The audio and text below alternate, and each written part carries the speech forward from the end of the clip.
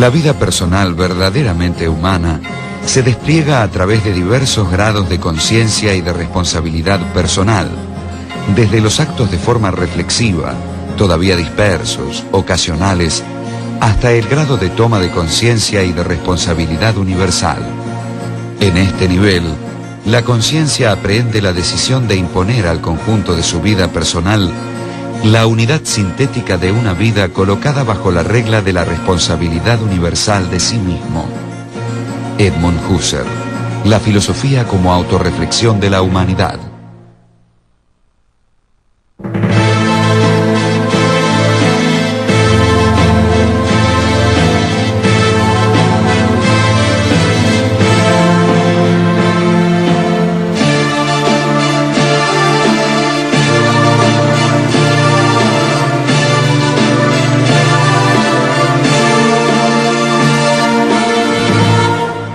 Edmund Husserl.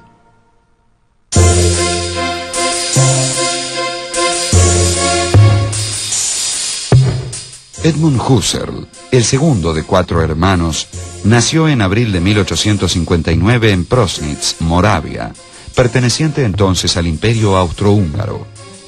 Sus padres, de origen judío, fueron Adolf Abraham Husserl y Julie Selinger, y pertenecían a la pequeña burguesía.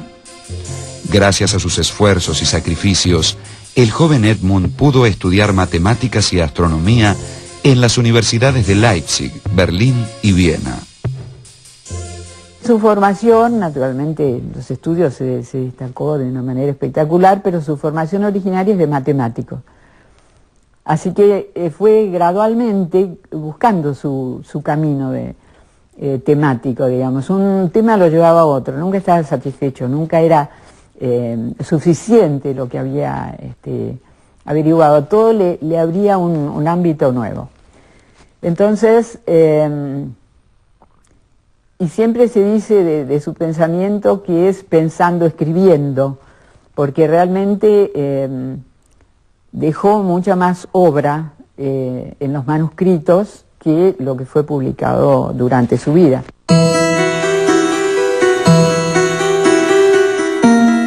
Husserl obtuvo su doctorado en Viena y completó su formación de posgrado en los años siguientes con estudios llevados a cabo en la Universidad de Halle, publicando su tesis de habilitación sobre el concepto de número en 1887. En ese mismo año, contrajo matrimonio con Malvin Stein-Schneider, con quien tuvo 3 hijos. Gerhard, Elisabeth y Wolfgang. Wolfgang muere en la guerra del 14, en el año 16, y los otros 2 hijos también colaboran con la guerra, en el sentido de la hija va como enfermera, el otro hijo también actúa y es herido en el frente, y Husserl mismo en esos años de la guerra asume de manera fuerte su compromiso como un alemán con visión universalista.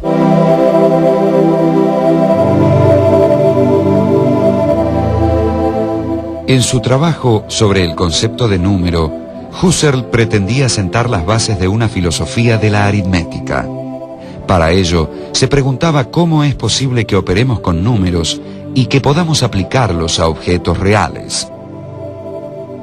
El concepto de número es algo que se aplica a cualquier cosa. Podemos contar distintos tipos de objetos, podemos contar incluso nuestros propios estados mentales, y la intuición que guía la investigación, esta primera investigación importante de Husserl, es que de alguna manera los actos mentales están en conexión con los números. Esto luego ha sido llamado el psicologismo de Husserl, porque da la idea de que lo que se realiza es una operación de abstracción sobre los propios estados mentales, y a partir de ahí se consigue el concepto de número 5, por ejemplo. Yo cuento mis 5 dedos, 1, 2, 3, 4, 5, dejo de pensar en los dedos y pienso en lo que he abstraído, y para Husserl ahí obtendría el concepto de número 5. Husserl abandonó sus posiciones psicologistas considerando que la verdad de un teorema no reside en las operaciones mentales mediante las cuales se procede a su demostración. La verdad de una suma, por ejemplo, no es contingente y subjetiva, sino universal y objetiva. Lo mismo puede decirse de los principios lógicos. Estas reflexiones lo condujeron a buscar un método riguroso de acceder al ámbito de la universalidad. Esta crítica al psicologismo, entonces, Husserl la incorpora en lo que sería la primera parte de las investigaciones lógicas que aparecen en 1900-1901, que es justamente los prolegómenos a la lógica pura, donde Husserl hace una crítica devastadora a todo intento de relativización, ya sea psicologista, antropológica o historicista, que intente dar cuenta, esta consideración relativista, del origen de los enunciados o de las proposiciones de la lógica. En las investigaciones lógicas, Husserl presenta una teoría de la abstracción y una gramática lógica pura. Asimismo, analiza las relaciones entre expresión y significado, entre lo concreto y lo abstracto, entre las partes y los todos, y entre las intenciones vacías y las significativas. Expone allí una descripción de las vivencias intencionales. En la quinta investigación lógica es donde Husserl va a tematizar qué es lo que sucede con la vivencia y empieza a problematizar lo que es la conciencia. La vivencia intencional y qué es la conciencia y sobre todo qué es la percepción. Y ahí empieza a aparecer lo que sería el germen de la fenomenología posterior, que se complementa con la sexta investigación, donde va a intentar analizar cuál es la relación entre una intención vacía o una intención significativa, y esto es simplemente un enunciado lingüístico a niveles ilustrativos, con la donación, con la percepción intuitiva de eso que el enunciado nombra. La noción central de las investigaciones lógicas es la de intencionalidad. En la versión de Husserl, la intencionalidad designa el puro dinamismo en que consiste la conciencia. Husserl tomó esa noción de intencionalidad de su maestro Franz Brentano, quien también influyó fuertemente a otro de sus alumnos, Sigmund Freud. El contacto fuerte de Husserl con Brentano comienza en el mismo año en que muere el padre de Husserl. Y de alguna manera Brentano, diríamos, toma ese lugar del padre, no solamente en el ámbito teórico y formativo, sino también incluso en el ámbito personal. Husserl pasa con los Brentano vacaciones, lo va a visitar después a Brentano, que se radica en Italia prácticamente hasta el momento de su muerte. En 1901, Husserl aceptó una cátedra en la Universidad de Göttingen. En los años siguientes, publicó varios trabajos que tuvieron gran repercusión en el ambiente académico. Y en el año 1911 aparece un trabajo fundamental para la fenomenología que se llama La filosofía como ciencia estricta. Este es un trabajo relativamente breve que se publica en la revista Logos, y en este lugar Husserl habla de manera muy insistente sobre algo así como la conversión filosófica que se tiene que operar al pasar a la fenomenología. Y lo habla con términos muy fuertes. Lo dice con los términos de una conversión ética y de una conversión religiosa. Es decir, autorreflexión y autorresponsabilidad van para Husserl unidos de modo inescindible. La teoría del conocimiento que Husserl va a diseñar estará fuertemente determinada por la conversión fenomenológica. La divisa original de ese método al que Husserl empieza a llamar fenomenología es atenerse a los fenómenos, sin presupuestos ni prejuicios. Tomar todo lo que se da en la intuición tal como se da, pero a la vez solo dentro de los límites en que se da. Entonces ahí es donde aparece este mandato de retroceder a las cosas mismas. Este retroceder a las cosas mismas indica un volver a pensar justamente lo que pasa, ¿no es cierto?, en nuestra relación con el mundo y en nuestra relación con el conocimiento. Es por eso que, en términos más o menos populares, la filosofía de Husserl, cuando se la conoce, se la relaciona con una filosofía del conocimiento. Y uno se olvida que, como dijimos al principio, el desafío para Husserl es vivir como filósofo y pensar la vida y la muerte. Por lo tanto, es una filosofía del conocimiento, pero es una filosofía del conocimiento con una impronta ética muy fuerte. Esto conduce directamente a las nociones centrales de la fenomenología: reducción o epogé, intencionalidad, noesis y noema. A partir de la reducción fenomenológica, dejar el mundo fuera, que de eso se trata la reducción fenomenológica, la tesis de existencia, él no es que diga que el mundo no existe, simplemente lo saca como problema de la filosofía.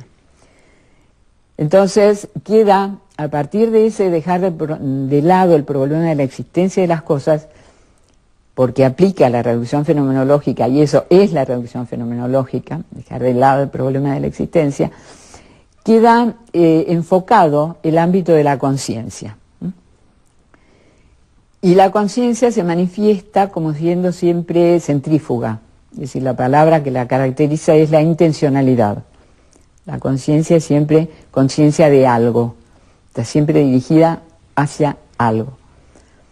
Y en ese sentido se produce de esa manera, en ese intencionar eso que sea su objeto, lo constituye, vale decir, a partir de una cierta materia, que es la Hülle, le aplica formas de la conciencia, una actividad que es la propia de la conciencia, que le permite configurar eso que tiene delante como lo que técnicamente se llama noema. Es decir, la parte activa es la noesis y el resultado de la aplicación de esas operaciones a la materia, que es la Hülle, es el objeto o noema.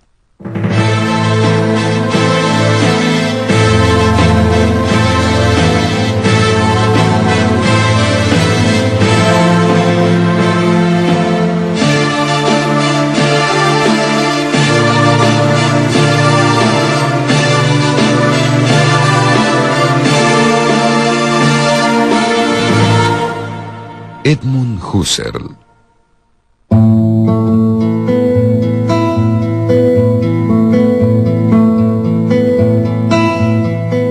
En 1913, Husserl publicó el primer volumen de una nueva obra que habría de dividir a sus seguidores: Ideas para una fenomenología pura y una filosofía fenomenológica. En este trabajo, realizaría lo que se ha llamado el giro trascendental de su filosofía. ¿Qué significa la epogé trascendental? Lo voy a decir rápidamente y después voy a intentar explicarlo. Es poner en suspenso la tesis de efectividad con que el sujeto percibe el mundo y analizar lo que queda luego que yo puse en epogé o suspendí la tesis de efectividad con la que yo percibo el mundo. Y lo que queda entonces es el mundo como un residuo de la conciencia. Ahora bien, en analogía con la formulación cartesiana, yo pongo en suspenso la tesis de efectividad, pero soy yo el que la pone. Y ese yo que pone en suspenso la tesis de efectividad con la que coloco el mundo, es el yo que sigue reflexionando. Y el yo que sigue reflexionando, que tiene la posibilidad de volverse sobre sus propios estados de conciencia, cuando accede a sus propios estados de conciencia, logra una evidencia absoluta. Este es el entramado que se va armando de los conceptos husserlianos, para luego seguir trabajando entonces en estas operaciones constitutivas de la conciencia que constituyen el mundo. Este es el panorama que se va abriendo a partir de 1913. En 1914 estalló la Primera Guerra Mundial. En 1916, Husserl fue nombrado profesor en la Universidad de Friburgo, lo cual señaló su consagración académica. En esos años agitados, Uno de sus hijos murió en el frente y otro fue seriamente herido. Al finalizar la guerra, Husserl fue descubriendo que sus trabajos eran leídos y discutidos en toda Europa e incluso en Japón y América. En 1921, en una obra que se llama Para el análisis de la síntesis pasiva, tiene un capítulo que se llama justamente Fenomenología estática y Fenomenología genética. Y eso realmente le abrió un campo que no estaba previsto en esas primeros pasos dados por la fenomenología. Hay ese libro que es muy interesante, que habla justamente de lo que se descubre en el modo de ser, digamos así, de la conciencia que está en actividad, que es precisamente ser un fluir de una presencia que jamás va a ser un instante, es decir, que nunca se puede cerrar como nada, porque en el momento en que intentamos capturarla ya pasó. Entonces es una sucesión, hay un momento actual, digamos, si pudiéramos cerrarlo de alguna manera, que inmediatamente ya pasó, y entonces es retención, y a su vez, porque, digamos, desde un momento que podemos pensar como futuro, que es como una apertura de la conciencia a lo que va a venir, eso sería la protensión, esa dirección hacia adelante, digamos así. Esa protensión se convierte inmediatamente en presente, pasa a ser retención, pero sigue pasando y es retención de retención, y así se va alejando hasta que ya no lo tenemos más presente. Esa es, en rigor, la estructura temporal de la conciencia. En 1928, Husserl encomendó a su discípulo Martin Heidegger que se ocupara de supervisar la edición de Fenomenología de la conciencia interior del tiempo, trabajo en el que Husserl elaboró la noción de tiempo subjetivo. Para Husserl el tiempo subjetivo es la base del tiempo objetivo. Pero acá lo que se está preocupando es cómo es posible que yo pueda percibir un objeto que tiene tiempo dentro de sí, como por ejemplo una melodía. O uno podría decir como por ejemplo una misma proferición lingüística, donde yo empiezo a percibir una oración a partir de que alguien empieza a hablar, a proferirla, y termino de percibir el objeto cuando la persona termina de proferir la oración. Hay el sujeto que está percibiendo, que está llevando a cabo algunas operaciones para poder decir que yo percibí el sentido de esa oración y no que me perdí en la concatenación o yuxtaposición de las palabras, y empieza a pensar entonces que el tiempo de la conciencia, el tiempo que cada vivencia tiene, está constituido por una instancia anterior que, por un mecanismo en el cual retiene la fase temporal recién pasada y se liga con la fase impresional ahora de la misma vivencia, puedo ir constituyendo ese tiempo inmanente. Y esa conciencia anterior que constituye el tiempo de la conciencia inmanente, Husserl la denomina la conciencia absoluta constitutiva del tiempo, con una doble intencionalidad longitudinal y transversal que se autorretiene a sí misma y evita que esta conciencia se termine desperdigando en los objetos que percibe. En los años siguientes, Husserl se abocó a superar el punto de vista de la subjetividad, propio de la filosofía moderna desde Descartes. Salió así al cruce de quienes acusaban a su filosofía de dejar al sujeto encerrado en sí mismo, lo que en filosofía se denomina solipsismo. Y eso fue una de las grandes críticas que se le hizo a Husserl. Digamos, hasta 1973, en que se publicaron los 3 volúmenes sobre intersubjetividad. Eso abarca desde el año 1905 hasta el año 1913, 35, o sea que son 30 años, no queriendo demostrar que la intersubjetividad existe, que es posible, porque intersubjetividad quiere decir nosotros hablamos del otro. Él lo que siempre quiso, igual que cuando se trata de la constitución de la mesa, o sea, no es que en la actitud natural estemos todos equivocados cuando decimos que la mesa es la mesa. Él lo que quiere saber es qué es lo que funcionó, cuáles fueron las operaciones de la conciencia que permiten constituir un sentido como el de la mesa. Cuando se trata de intersubjetividad también, no es que tenga que convencer que el otro existe, ese no es el problema. De lo que se trata es de exhibir las operaciones que funcionan para que sea posible hablar del otro, del alter ego. A partir de 1933, Husserl comenzó a sufrir la discriminación que a las personas de origen judío se hacía en Alemania, como la prohibición de acceso a la universidad y al ejercicio de la función pública. Pero Husserl había sido reconocido como el filósofo más importante de Alemania, y el régimen nazi, hasta cierto punto, lo respeta por su relevancia internacional.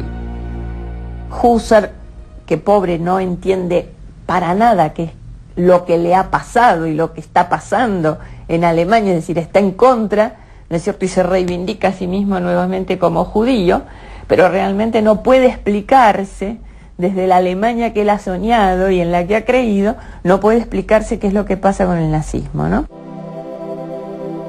Entre 1929 y 1937, Husserl publicó varias obras importantes: Lógica formal y lógica trascendental, Meditaciones cartesianas y La crisis de las ciencias europeas y la fenomenología trascendental. Esa crisis que Husserl ve extenderse por toda Europa asume las formas del sentimiento generalizado de desamparo, la enfermedad del cuerpo social y la pérdida de la fe en la razón. Sin embargo, Husserl se niega a considerar que se trata de una crisis terminal. Él descubre que recíprocamente los unos para los otros somos almas germinales. Entonces nuestra responsabilidad es crear las condiciones para que el alma en germen del otro se desarrolle hasta llegar a ser una persona, responder a una vocación. Él piensa que todos tenemos una vocación y que tiene que dársenos las circunstancias, y las circunstancias somos todos los demás para que cada uno pueda dar respuesta a esa vocación. Entonces, y esto no tiene un límite inmediato, para decir que esa forma superior del amor sería la del amor universal. Husserl murió en abril de 1938 a la edad de 79 años. Dejó más de 40.000 páginas estenografiadas a publicar. Según él, lo más importante de su obra estaba en esos textos inéditos, pero solo una parte de ellas han visto la luz hasta ahora. La fenomenología, por él creada, influyó a toda la filosofía europea continental del siglo XX. Cuando lo sorprendió el fin, estaba trabajando en una nueva reformulación de su pensamiento. Unos meses antes de morir, escribió: «Yo no sabía que fuese tan difícil morir. Justamente ahora, cuando he podido emprender mi propio camino, justamente ahora, tengo que interrumpir mi trabajo y dejar mi tarea inconclusa».